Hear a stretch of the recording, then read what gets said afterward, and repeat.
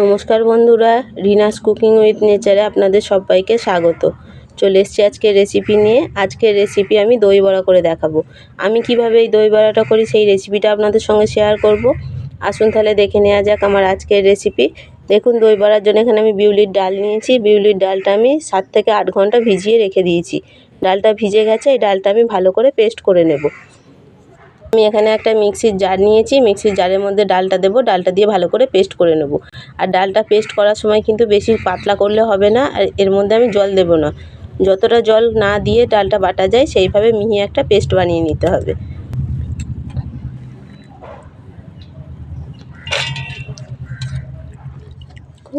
ডালটা আমি ভালো করে পেস্ট করে নিয়েছি। ডালটা এবার একটা বাটির মধ্যে ঢেলে নেব। দেখুন, ডালটা আমি সবটা ঢেলে নিয়েছি ভালো করে। আমি এর মধ্যে অল্প একটুখানি গ্রেট করা আদা দিচ্ছি। আমি এবার ডালটা খুব ভালো করে ফেটিয়ে নেব। আমি ডালটা ভালো করে ফেটিয়ে নিচ্ছি।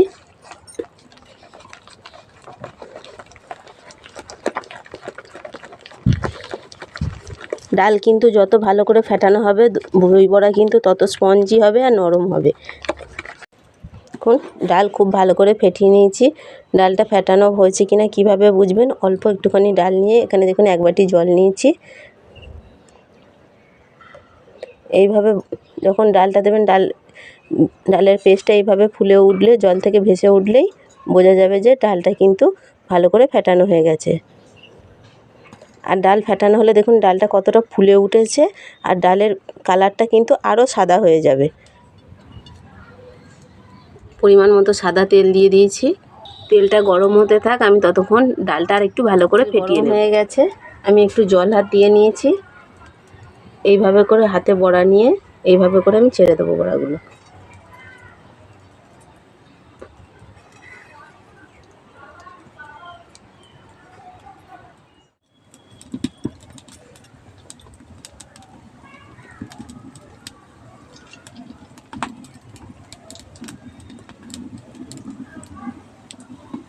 দেখুন, বড়াগুলো দেওয়ার সঙ্গে সঙ্গে কেমন ফুলে উঠেছে।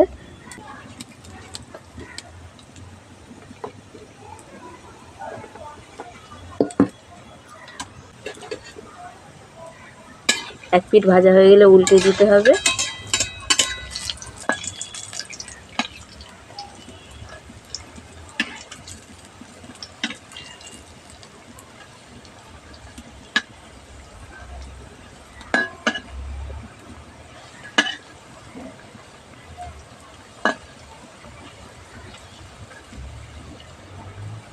এইভাবে করে বড়াগুলো আমি সবগুলো ভেজে নিচ্ছি। খুব বেশি লাল করব না, বড়াগুলো মিডিয়াম ফ্লেমে ভাজতে হবে, নাহলে কিন্তু ওপরে ভাজা হয়ে যাবে আর ভিতরটা কাঁচা থেকে যাবে। এখন এই বড়াগুলো ভাজা হয়ে গেছে, আমি এবার তুলে নিচ্ছি। এখন ফুলে কতটা বড় হয়ে গেছে বড়াগুলো। আমি বড়াগুলো তুলে নিচ্ছি। এইভাবে করে আমি বাকি বড়াগুলো সব ভেজে নেব। এখন বড়াগুলো ভাজা হয়ে গেছে, বড়াগুলো আমি তুলে নিচ্ছি।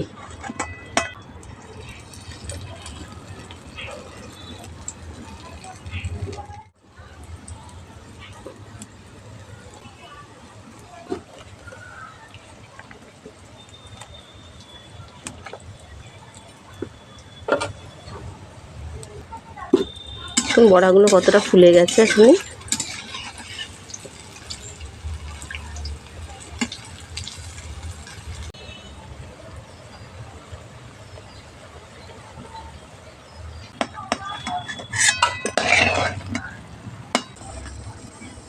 সমস্ত দই বড়াগুলো ভাজা হয়ে গেছে। কতগুলো হয়েছে,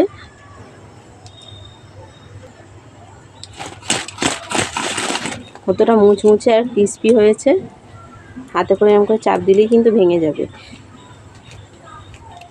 তার জন্য বড়াগুলো ভাজা হয়ে গেছে। আমি এখানে অল্প হালকা কুসুম গরম জল নিয়েছি। এর মধ্যে নুন আর চিনি দিয়ে দেব।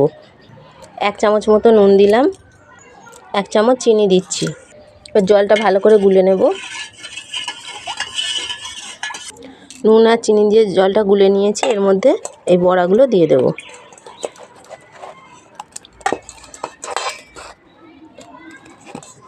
বড়াগুলো দিয়ে এইভাবে জলের মধ্যে করে ভালো করে ডুবিয়ে দিতে হবে, তাহলে বড়াগুলো ডুবে যাবে, জলটা ভালো করে ঢুকে যাবে যে বড়ার মধ্যে। আমি এটা ঢাকা দিয়ে 10 থেকে 15 মিনিট রেখে দেব।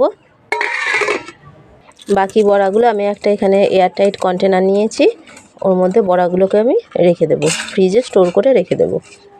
এইভাবে করে বড়া ভেজে স্টোর করেও ফ্রিজে রেখে দিতে পারেন। যখন ইচ্ছা হবে বার করে কিন্তু দই ফেটিয়ে দই মিশিয়ে নিলেই হয়ে যাবে।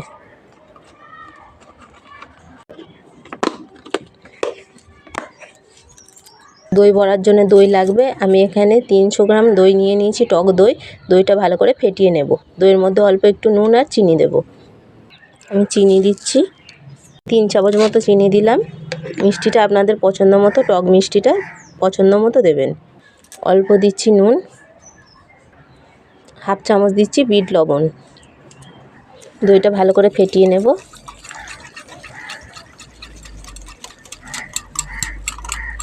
নিয়েছি, দইটা অনেকটা ঘন আছে, আমি এর মধ্যে অল্প একটু জল দেব। জল দিয়ে দইটা একটু, দইটা এইরকম ঘনত্বে রেখেছি, আমি একটু পাতলা করেছি। আমি জল দিলাম, আপনাদের পছন্দ হলে জল দেবেন, না হলে যেমন ঘনত্বে দই খাবেন সেই রকম দইটা রাখবেন। আমি একটু পাতলা করে নিয়েছি, একটু পাতলা হলে দইটা ভালো বড়ার মধ্যে ঢুকবে। এখন বড়াগুলো ভিজে গেছে, আমি জল থেকে এবার বড়াগুলো চিপে তুলে নেব। জলটা এইভাবে করে চিপে জলটা ফেলে দিতে হবে।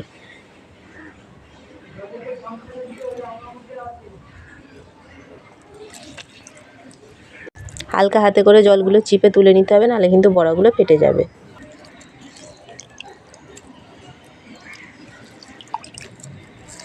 এখন বড়াগুলো এতটাই স্পঞ্জি হয়েছে, আমি এইভাবে চিপে নিচ্ছি। দেখুন জলে দেওয়ার পরেই কিন্তু বড়াগুলো ফুলে যাচ্ছে। দেখুন এটা এইভাবে চিপে নিচ্ছি,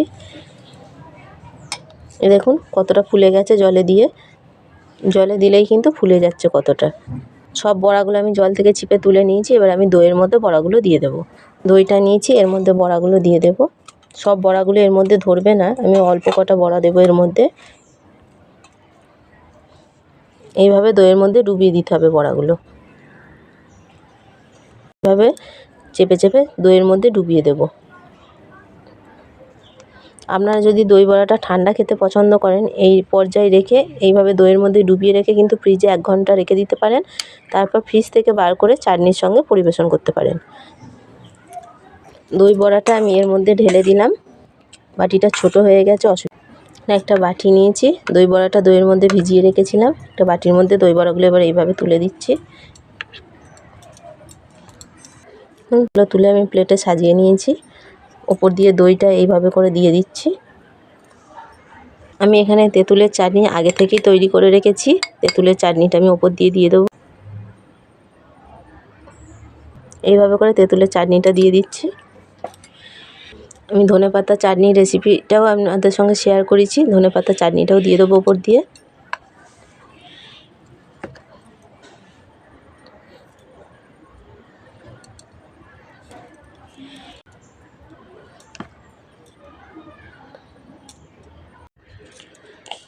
ওপর দিয়ে অল্প একটু কাশ্মীরি লঙ্কার গুঁড়ো ছড়িয়ে দেবো, দেখতে ভালো লাগবে। এইভাবে করে কাশ্মীরি লঙ্কার গুঁড়ো ছড়িয়ে দেব। অল্প দেব একটু জিরে ভাজা, জিরে ভেজে গুঁড়ো করে রেখেছি, সেই জিরে ভাজাটা ওপর দিয়ে ছড়িয়ে দিচ্ছি। আপনাদের কাছে চাট মশলা থাকলে চাট মশলাও ছড়িয়ে দিতে পারেন। সব শেষে দেব ঝুরি ভাজা।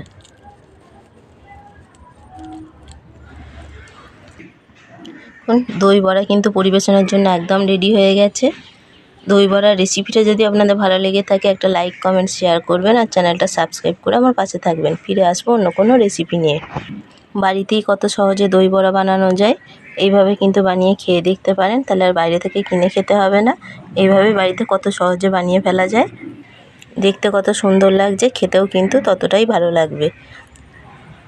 দেখে কিন্তু লোভ সামলানো যাবে না।